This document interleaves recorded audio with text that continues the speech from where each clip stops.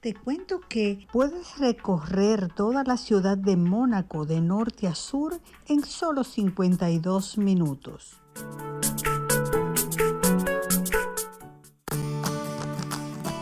Farmacias Carol presenta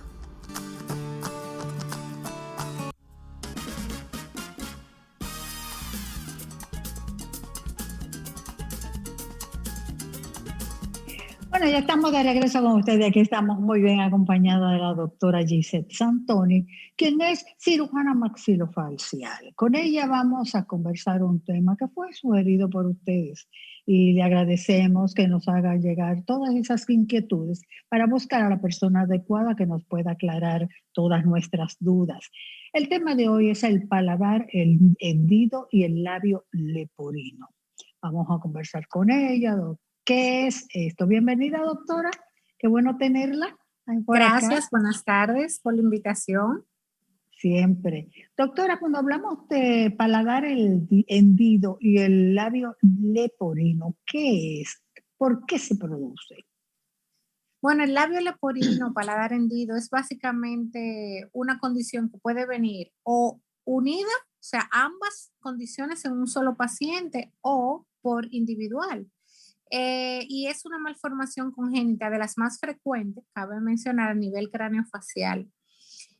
¿Por qué se da? Hay muchas versiones, incluso aún se sigue investigando sobre las causas que lo producen. Sabemos que tiene un componente genético porque lo hemos visto de generación en generación en familias.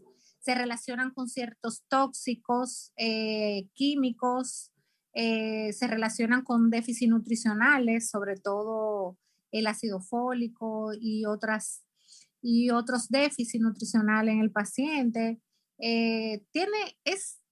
No tenemos una causa específica, pero sí más bien factores que se desarrollan, que se relacionan con esta condición. ¿Y a qué edad se nace con eso?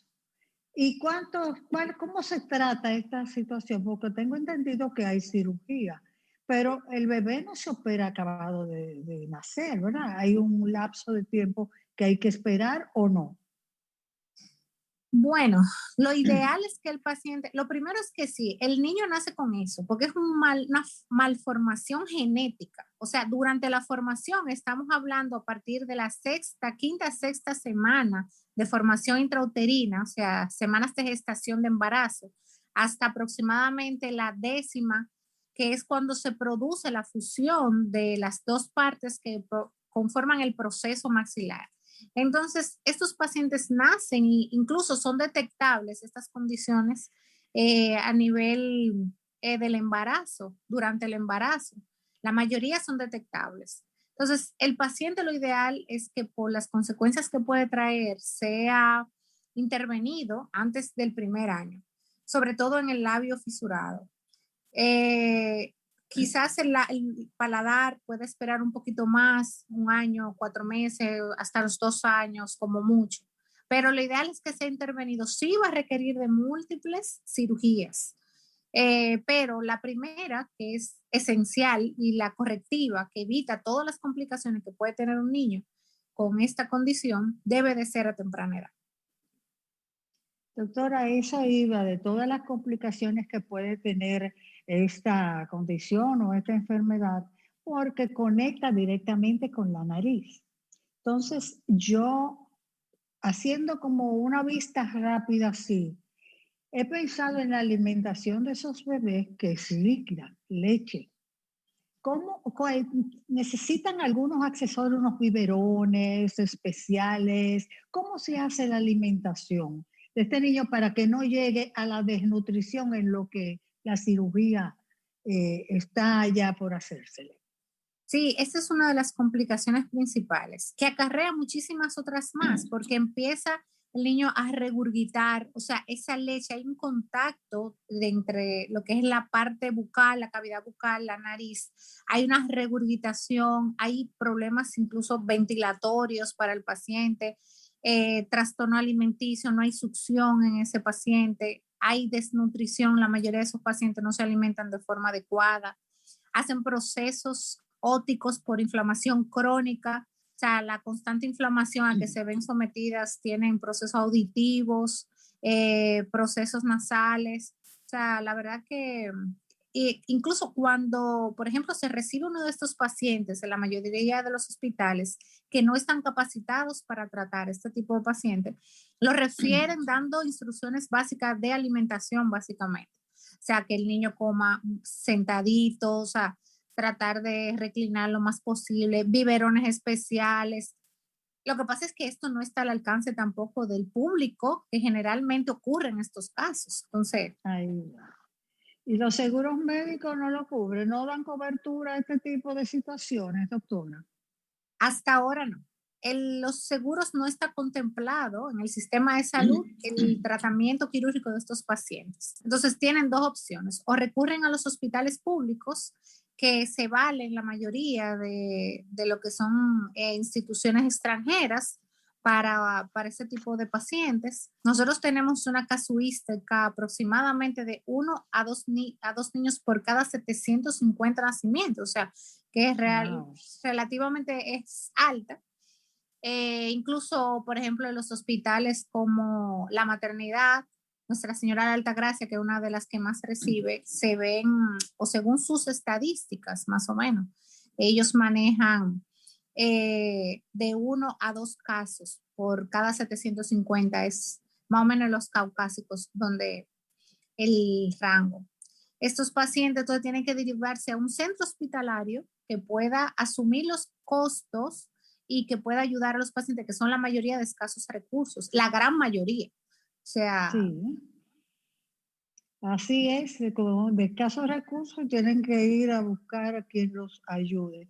Yo recogí unas cuantas preguntas en la calle al respecto y una de ellas me dice, ¿yo puedo amamantar a mi bebé con esa condición? lo que pasa es que estos pacientes tienen problema con la succión. O sea, Ujú. al tener, o sea, la presión negativa que se produce en la succión no la tienen, tienen un paladar comunicado o un labio que no le permite, que no les es competente para agarrar correctamente el pezón. Hemos visto casos, yo he visto casos de niños que sí toman el seno y que sí lo agarran, pero no tienen una buena alimentación. No, porque el problema es succionar precisamente. Exactamente. Hay una niña, una señora que dice que su hijita la operaron con 6 meses de nacida. ¿Usted cree que realmente ella tenía el paladar hendido solamente, no tenía el labio leporino? ¿Con una sola cirugía es suficiente para que esa niña tenga una vida normal o deberá de repetirse varias cirugías? La mayoría de veces no.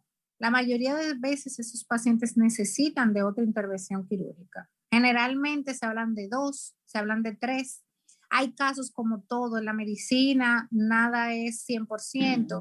Hemos visto casos, sobre todo labios leporinos, que con una cirugía, aparte de lo estético, los pacientes funcionalmente pues se desarrollan. El paladar, a veces necesitamos otras intervenciones, si no fue completa el cierre, si hubo algún tipo de trastorno durante el desarrollo, el crecimiento. O sea que la mayoría de veces necesitan una reintervención.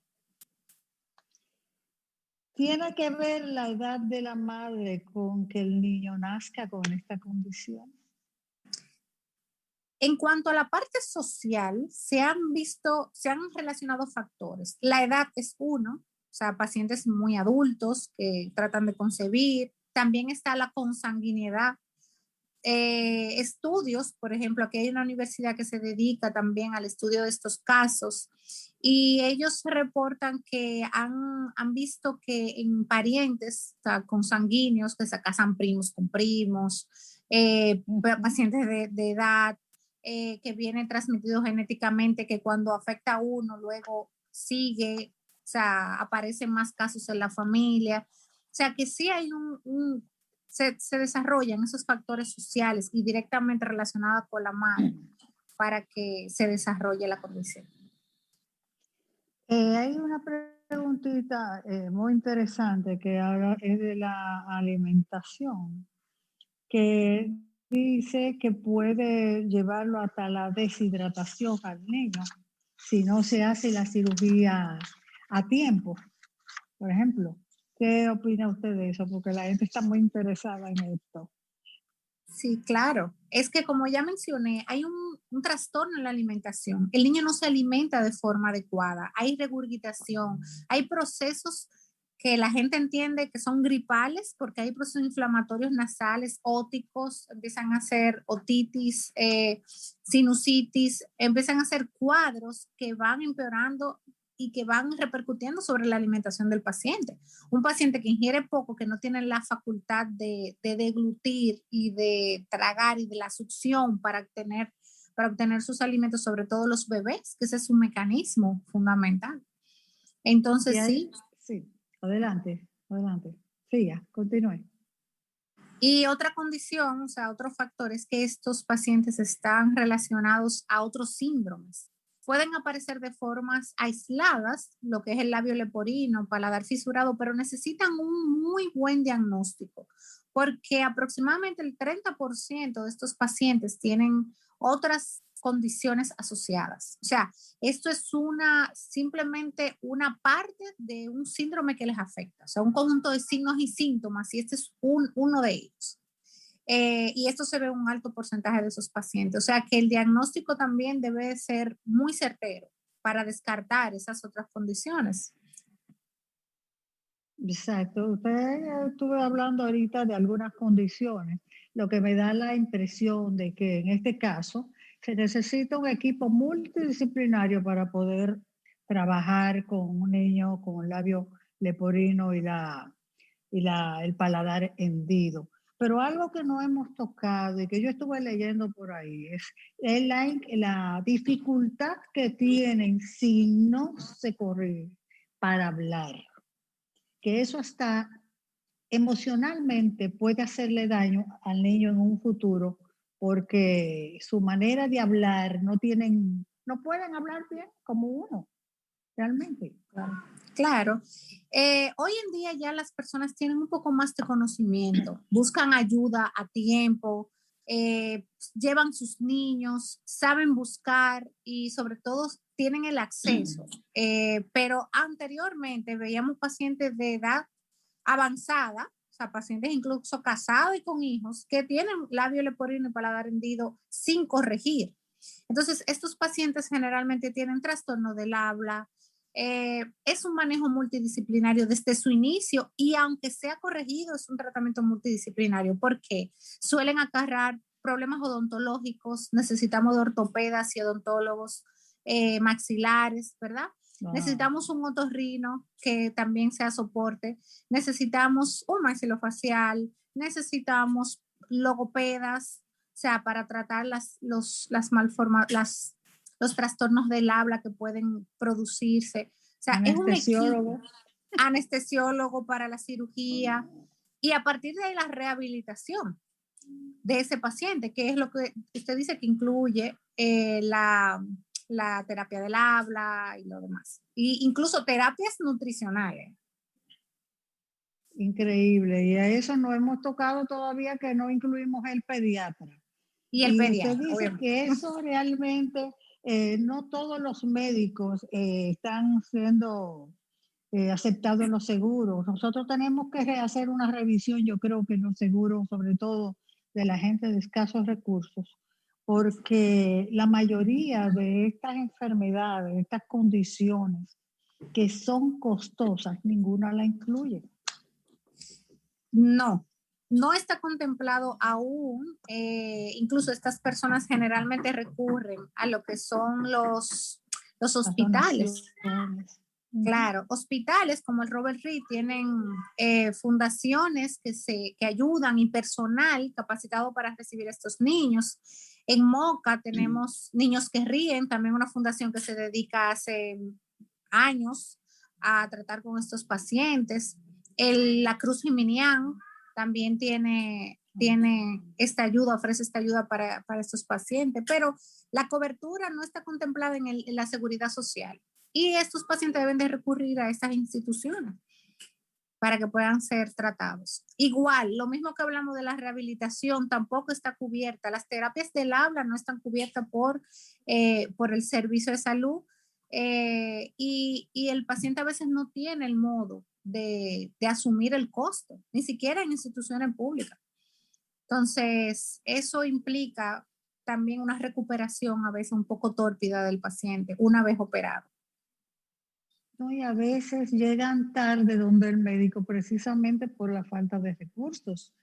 Y también porque a veces hay personas que entienden que ir a una asociación o una fundación a solicitar ayuda para su hijo, como que no están acostumbrados a eso y se sienten como un poco recogidos.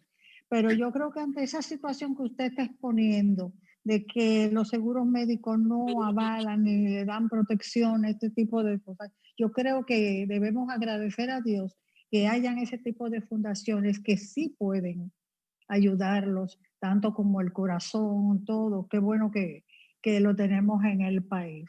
Siempre el tiempo nos traiciona, doctora, pero yo quisiera que usted diera unas recomendaciones y si tiene algo más que agregar, que nuestra teleaudiencia tenga que estar enterada sobre este tema, la pantalla es suya. No, solo me queda decir que estos niños sí tienen ayuda. Tienen ayuda, pueden recurrir a diferentes fundaciones, tenemos hospitales que pueden ayudarlos, tanto niños como adultos pueden recibir ayuda y pueden contar con un personal capacitado para esto. Y nosotros aquí en República Dominicana tenemos la experiencia para hacerlo, que eso es importante también. A veces por falta de comunicación, a veces por falta de información, no buscan ayuda, por temor muchas veces, por el gasto económico, pero acérquense, o sea, los pacientes pueden buscar ayuda y acercarse y la van a recibir, yo estoy segura. Yo también creo así, yo creo que a veces no se puede sentir vergüenza por ir a solicitar un servicio cuando se trata de salud. Eso es muy delicado. Y más cuando están disponibles para darle el servicio. Exacto. Porque ellos no le van a negar el servicio. Pero me alegra que usted haya estado aquí, que le haya aclarado a muchas personas. Yo sé que muchos se enterarán porque fue un listín que me hicieron para que yo le preguntara. Y quisiéramos saber su número de contacto y localización, doctora, para cuando haya que ir a evaluar algo, porque la especialidad suya es muy amplia. Y ese es solamente un área. Así es. Y sobre todo ahora que nadie cree que en tiempos de COVID nosotros seguimos recibiendo traumas, por ejemplo, una cantidad exorbitante de traumas. Y dice, bueno, pero estamos trancados. No, nosotros estamos trabajando mucho y ha sido básicamente por el entorno social. O sea que un llamado a que por favor, estamos en medio de una pandemia, debemos de ser conscientes, debemos ser solidarios, debemos de entender de que ahora hay personas que necesitan salud y que deben de ser prioridad. Pero bueno, es el entorno. Yo estoy en el Centro de Neurociencias y Especialidades, en Gascue, y también el Centro Médico UCE, 809-956-0390 y 566-2111 el consultor, mi secretaria personal. De verdad que fue un privilegio recibirla y que nos haya aclarado de esto. La verdad es que yo entiendo y la felicito a usted y a todos los médicos y enfermeras que han sabido enfrentar por un año y algo. Lo sé porque yo lo vi y lo viví. O sea que a mí nadie me puede decir que no es, me dio mal, estuve aislada y todo, y vi cómo era el manejo de todo, de las enfermeras, de los médicos y de todo, que están dando su tiempo para que nosotros podamos tener salud. Por eso es que yo insisto tanto en la mascarilla, el distanciamiento físico, que logremos por lo menos que este virus ya se pare, para que ustedes tengan también un descanso. Y quédese en casa. Claro que sí. Gracias a la doctora Giselle Santoni, quien es cirujana maxilofacial, que vino a tratarnos este tema tan interesante solicitado por ustedes. Doctora, muy pronto la contactaremos para otros temas también de importancia, porque este programa es educativo para que la gente aprenda a manejarse y a prevenir las enfermedades. Gracias por su tiempo, doctora. Y vamos a un bloque comercial, señor director. Farmacias Carol presentó